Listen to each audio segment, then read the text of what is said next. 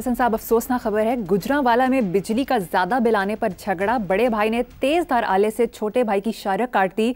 तीसरे भाई ने एक बड़ी खौफनाक बात की कि आज ये हमारे घर में हुआ, फिक्र ना करें कल आपके घर में भी होगा।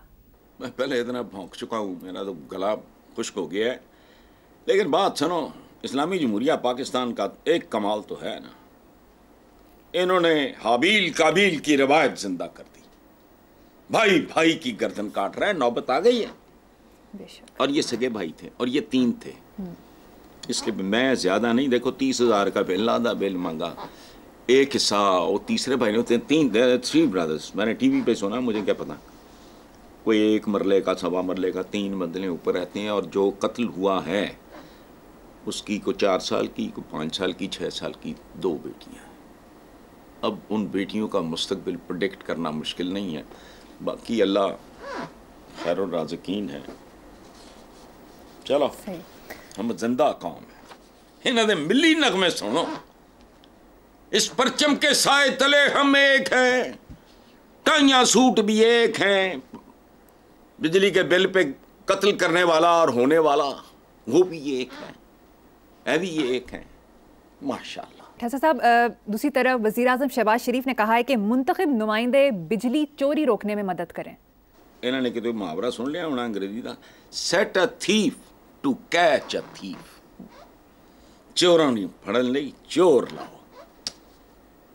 बाकी पैदा किसने किए हैं छोड़ो।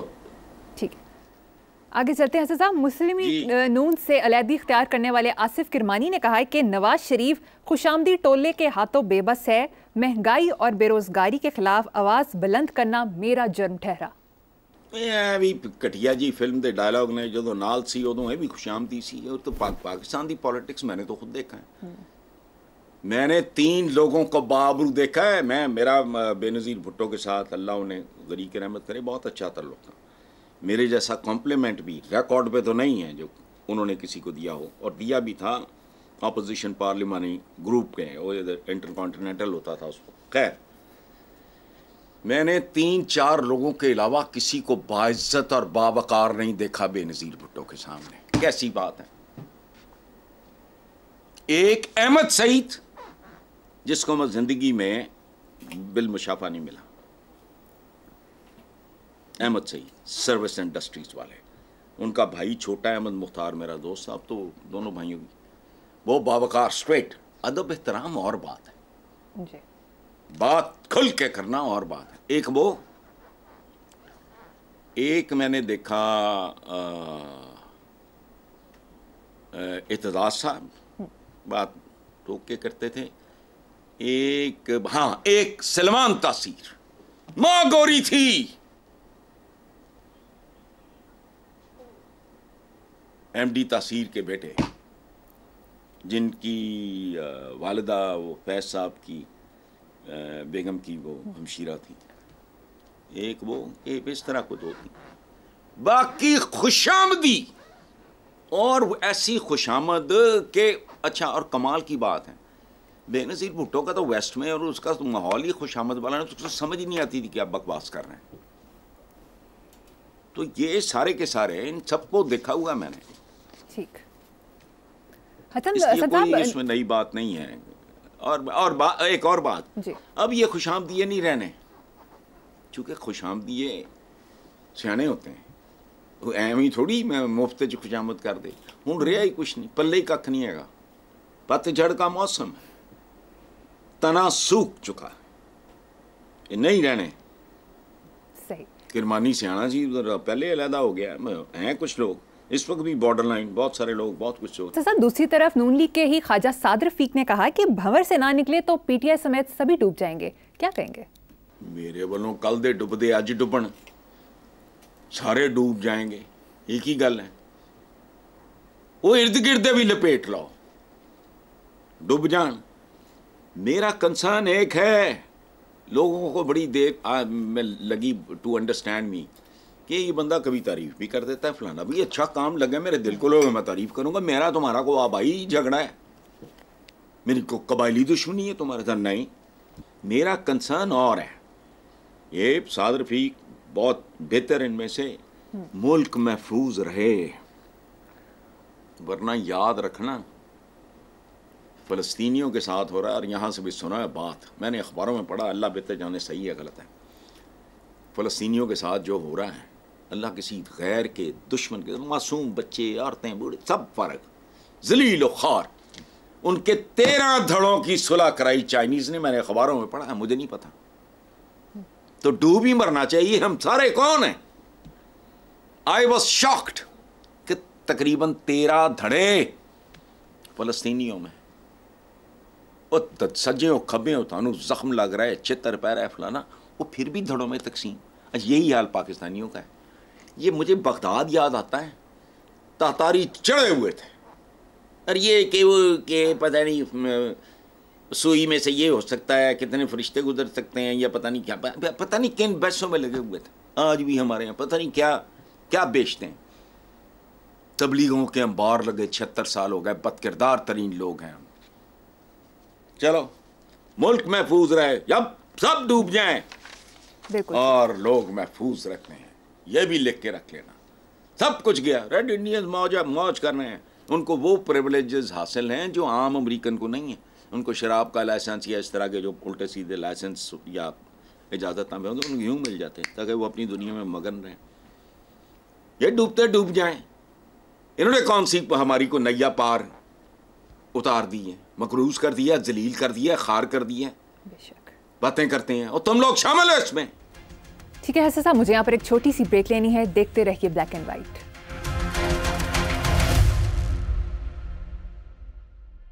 Welcome back. हसन साहब, विफाकी वजीर इंजीनियर अमीर मकाम का कहना है कि घबराना नहीं कहने वाला पॉलीग्राफिक मशीन से घबरा गया, झूठ पकड़ने वाली machine good to see you नहीं कहती, इसलिए इनकार किया। सीनियर कॉलम निगार नुसरत जावेद ने लिखा कि अगर ऐसा हो गया तो मुस्तकबिल में हुकूमती ओहदों पर फाइज सियासतदानों को अपने हर बयान के बाद पॉलीग्राफिक टेस्ट देना लाजमी होगा। लाजमी होना चाहिए। खुद क्या आई है अमीर मुकाम, पिस्तौल बदल भाई। मैं तो बहुत इज्जत करता हूं, आज भी करता हूं, मोहब्बत करता हूं उनसे। परवेज मुशर्रफ साहब बहुत शानदार आदमी थे, भाड़ में जाएं ये सारे। He was an honourable, upright, honest man. ये भाई बना हुआ था, पता नहीं पिस्तौल बदल फलाना, मैं छेड़ा करता था उनको। अच्छा बात सुनो, ये जो टेस्ट है झूठ पकड़ने का, इनू नाल वफाकी की वजीर इंजीनियर अमीर मकाम, इनू पालो, फांसी चढ़ा दो मुझे। और मैं अहद करता हूं, वादा करता हूं, इस मुल्क के 100 सियासतदान, ज्यादा नहीं, अव्वल तो आंखें बंद करके यूनियन काउंसिल तक का भी जड़ा है उन्होंने पढ़ लो, सिर्फ 100 सियासतदान मैं लिस्ट बनाऊंगा, वो टेस्ट कराओ, एक्सपर्ट्स मैं चुनूंगा। ये नहीं अखराजात हुकूमत बर्दाश्त करें। 100 बंदा, 100 सियासतदान, इनमें से अगर एक भी फेल ना हुआ तो मुझे आप कुछ भी ना कहना, अगले दिन सुबह आपको खबर मिल जाएगी कि उसने लाइसेंस्ड असले से खुदकुशी कर ली। मेरा वादा रहा। 100 तौबा हसन साहब, लिस्ट मैं दूंगा, सुपरवाइज खुदा की कसम मैं करूंगा, कोई ना करे, बिकाऊ है। मैं दुनिया के टॉप के एक्सपर्ट्स, मेरे इन लॉज, मेरा खानदान बाहर है बहुत, मैं कहूंगा टॉप के ढूंढ के बताओ, नाम नहीं डिस्क्लोज करूंगा, उन्हें कहूंगा सीक्रेट ये प्लान है, बंदा कहूंगा जी भेज दो, वो मैं खुद प्लान करूंगा, मैंने नहीं, कोई मेरा इसमें नहीं होगा। एक भी अगर सच्चा निकला, एक, अगले दिन खबर पढ़ लेना, मैं वैसे ही तंग हूं।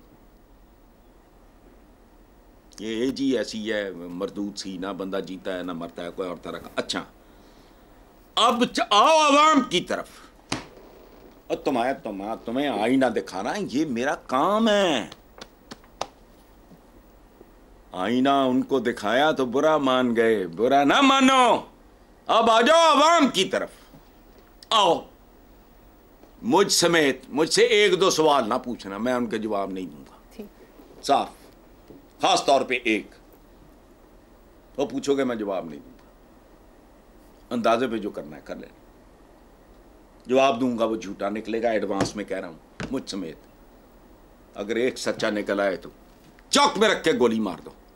ये जो झूठ बोलते हैं, जो कम तोलते हैं, जो रिश्वतें खाते हैं, जो हराम खाते हैं, जो इम्तिहानी मराकज बेचते हैं, जो थाने फरोख्त करते हैं, जो मामूली और घटिया तरीन तनख्वाहों पे अपने बच्चे बाहर पढ़ाते हैं, ये सब कौन लोग हैं? जो 8, 10, 15 सवारियां चिंची पे बैठाता है वो कौन है?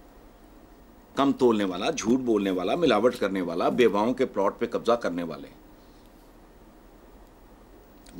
ये तुम चले हो एक बंदे का, वाह है, पूरी कौम का करो खंदारा। मालियात से लेके अखलाकियात तक करो, हर एक को, अवाम को भी करो। हर सूबे में से 100-100, 200-200, 400-400, 500-500 बंदा रैंडम सैंपलिंग करो। मारते हैं वफाकी वजीर इंजीनियर अमीर मकाम, कहीं याद भी नहीं आता कि मैं ਉਹਦਾ भाई सी या फलां सी। ड्रामे टोटल झूठ।